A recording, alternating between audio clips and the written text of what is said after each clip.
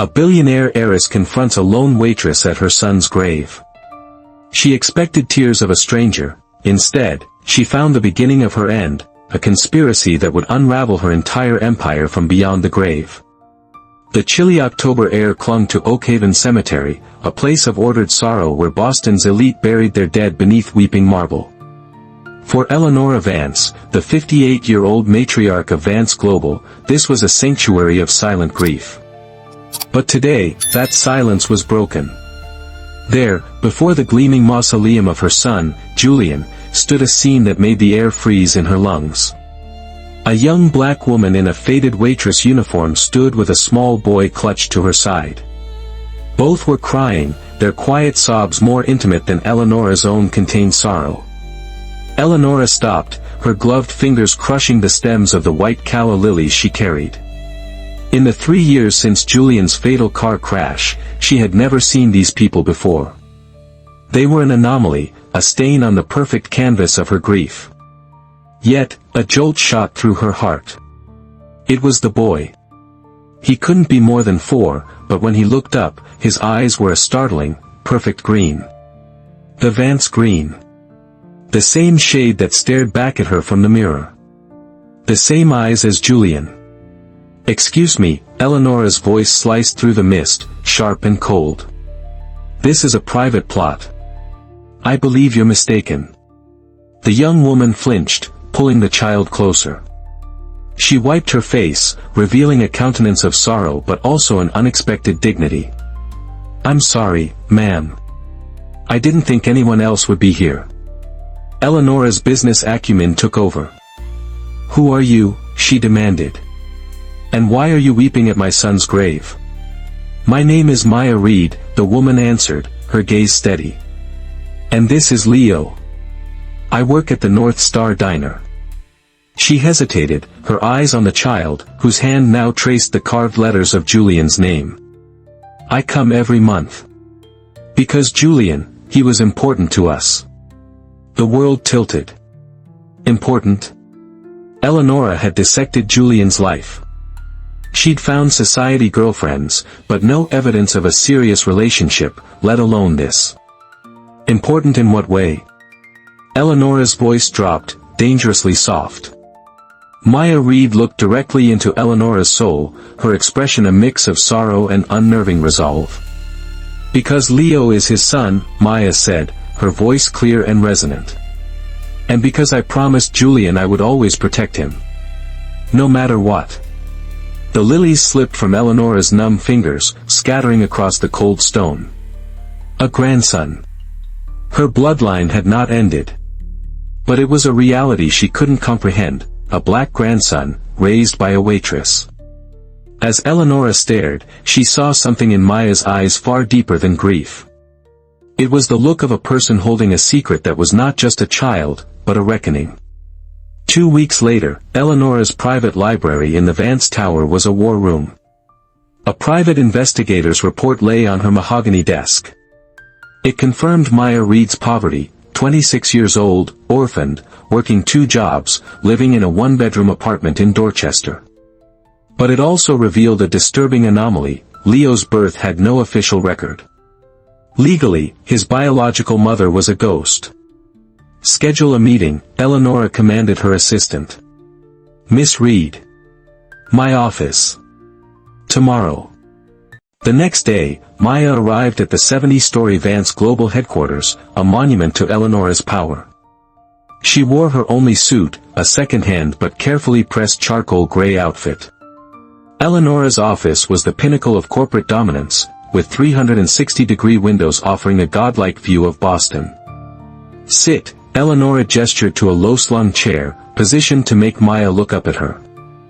"I'd rather stand," Maya said, her voice quiet but firm.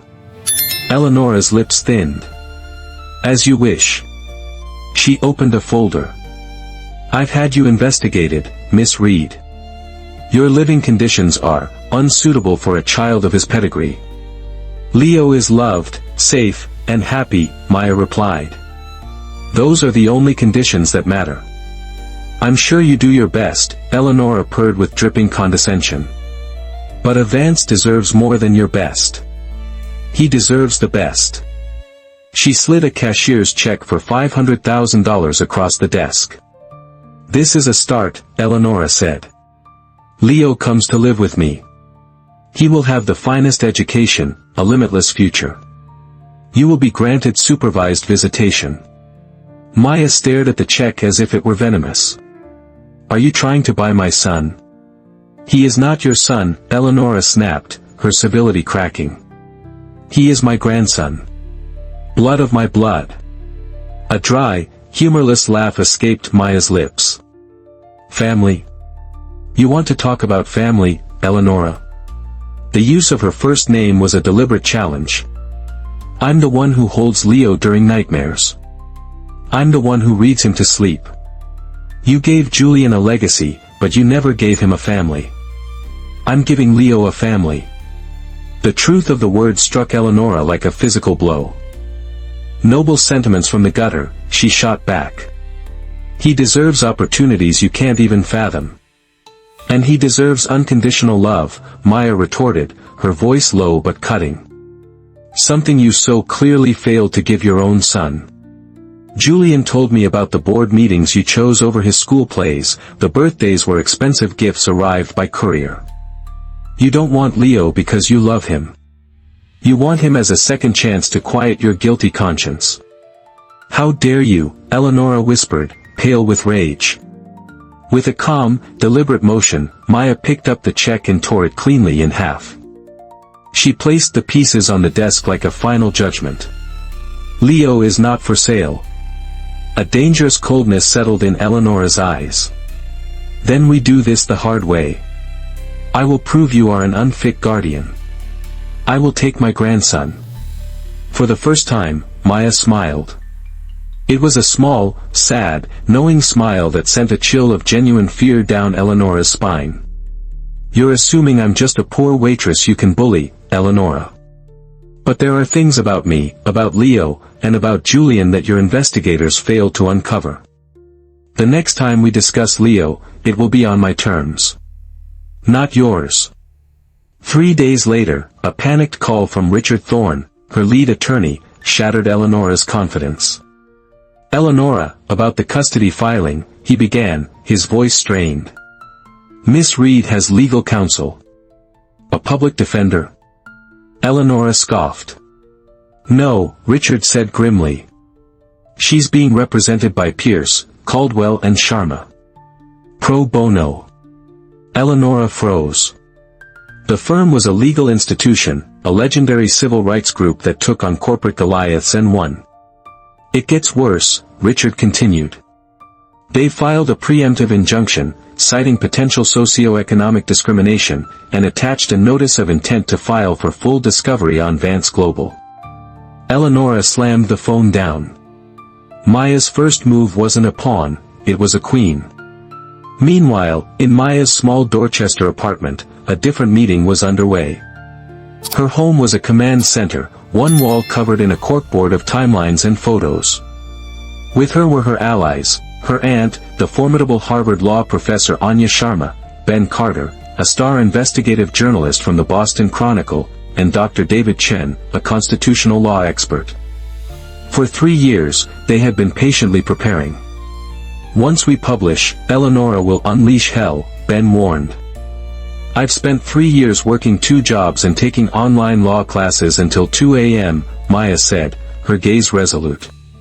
Every document I've filed, every piece of evidence I've cross-referenced, it's all been for this moment. To protect Leo and honor his parents. Anya smiled proudly. I always taught Maya that knowledge is the one weapon the rich can't buy or steal from you. Just then, Maya's phone buzzed. It was Eleonora. Maya put the call on speaker. What game are you playing? Eleonora's voice shrieked. How does a nobody like you get lawyers of that caliber? Eleonora, I warned you there were things you didn't know, Maya replied calmly. I have unlimited resources. I will crush you. You assume money is the only form of power, Maya's voice was placid. But what if I told you there's something more powerful? And what would that be? Eleonora sneered. The truth. The truth doesn't pay for million-dollar lawyers, Eleonora laughed. You're right, Maya agreed softly. But the truth about your illegal shell corporations and back-channel bribes, that truth is worth a great deal to certain people. The silence on the other end was absolute. You're bluffing, Eleonora finally managed. Actually, Maya said, Ben Carter from the Boston Chronicle would like to ask you a few questions. I'll pass you over. She handed the phone to the journalist. Good afternoon, Ms. Vance, Ben said, his voice the epitome of professional menace. I'm finishing a story and wanted to give you an opportunity to comment. Eleonora hung up. Anya placed a hand on Maya's shoulder. Well played, my dear. You never charge the front gate when you can dismantle the fortress stone by stone. Monday morning, Eleonora Vance woke to her world ending. Her phone showed 42 missed calls. Her assistant, Arthur, stood at her door, holding a tablet with a look of pure terror. The headline of the Boston Chronicle was damning, Vance Global, an empire built on lies. Leaked documents reveal decades of corporate crime. Below it, scanned documents laid bare her entire history of corruption.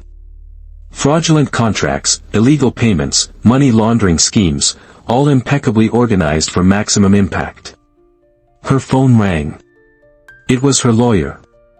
Eleonora, it's a catastrophe, Richard said bluntly. The SEC has halted all trading. The IRS has issued warrants. The FBI is on their way to your home. She hung up, her hands shaking as she furiously dialed Maya. You, she screamed. You ruined me. Good morning, Eleonora, Maya's voice was calm. I assume you've read the news. I will use every last dollar to destroy you. What dollars? Maya interrupted gently. A federal judge froze all your assets 20 minutes ago. Eleonora scrambled to her laptop. Access denied. Account frozen. Access denied. This is impossible, she whispered. There's something else your investigators missed, Maya continued, her voice laced with sadness. You never asked about Leo's mother. Her name was Amelia. Amelia Vance. The name echoed from a part of Eleonora's past she had sealed away. No. Daughter of your cousin, Robert Vance, Maya's voice was a quiet indictment. The cousin you cheated out of his inheritance and left with nothing in 1998. The memory erupted, Robert, betrayed and broken, vowing she would one day pay. Amelia grew up with nothing because of you, Maya said. She met Julian in college. They fell in love, but she was terrified of you. When Amelia died during childbirth, a heartbroken Julian came to me. I was her best friend. He made me promise to raise Leo in secret, away from your poison. Julian knew. Eleonora whispered, the horror dawning. He knew everything. He spent his last year gathering the very evidence published this morning. He wanted to expose you, to take back his mother's honor. He left it all with me for safekeeping. Eleonora stumbled to her window and saw the black SUVs. Agents with FBI on their jackets were swarming the entrance. The accident, she began, a new, terrible dread taking hold. It wasn't an accident, Eleonora, Maya said, her voice finally breaking. Julian uncovered one of your money laundering schemes involving dangerous people, people you paid to handle problems. They silenced him. Your greed got your own son killed. The final truth hit Eleonora like a physical blow. Heavy footsteps pounded up the stairs. FBI. Open up. You planned this for 3 years, Eleonora breathed into the phone, finally understanding the depth of the woman she had dismissed. Julian taught me that justice requires patience, Maya replied. The door burst open. As cold steel snapped around her wrists, Eleonora heard Maya's voice one last time, a voice not of triumph, but of somber finality. Leo will grow up knowing that love is something you can never, ever buy. 2 years later, the Millbrook Federal Correctional Institution was a universe away from the Vance Tower. Dressed in a drab orange uniform, the former billionaire worked in the prison laundry. "Vance, you have a visitor," a guard announced. In the stark visiting room, separated by plexiglass, sat Maya Reed. She wore an elegant suit, the picture of quiet confidence. "Why are you here?" Eleonora asked, her voice raspy. "I came to bring you news," Maya said. She held up photos of Leo, now 6, smiling in a school uniform. He was accepted to Exeter. Full scholarship. He's learning the violin.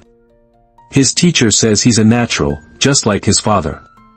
A flicker of pain crossed Eleonora's face. "How?" "The courts returned the fortune you stole from Robert's family to its rightful heir, Leo," Maya explained calmly. "I am merely the executor of his trust."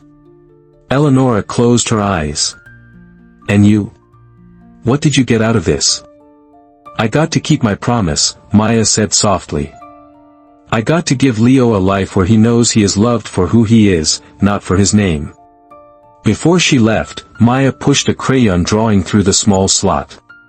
It was a picture of a smiling boy and woman, with 2 angels watching from the sky. "Leo made this for you. He asked if bad people can ever become good.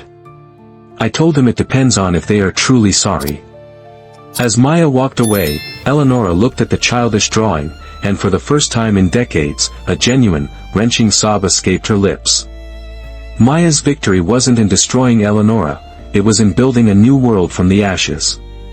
With the reclaimed funds, she established the Julian and Amelia Vance Foundation, a non-profit providing scholarships to underprivileged students. Her real victory was a little boy in a sunlit garden who would grow up knowing that character is not defined by skin color or bank account, but by the courage in your heart. Maya's story proves that the most powerful weapon isn't money or influence, but truth armed with patience. Have you ever seen someone underestimated prove everyone wrong? Share your story in the comments, and please, always comment with respect. Don't forget to subscribe for more tales of justice and the unbreakable human spirit.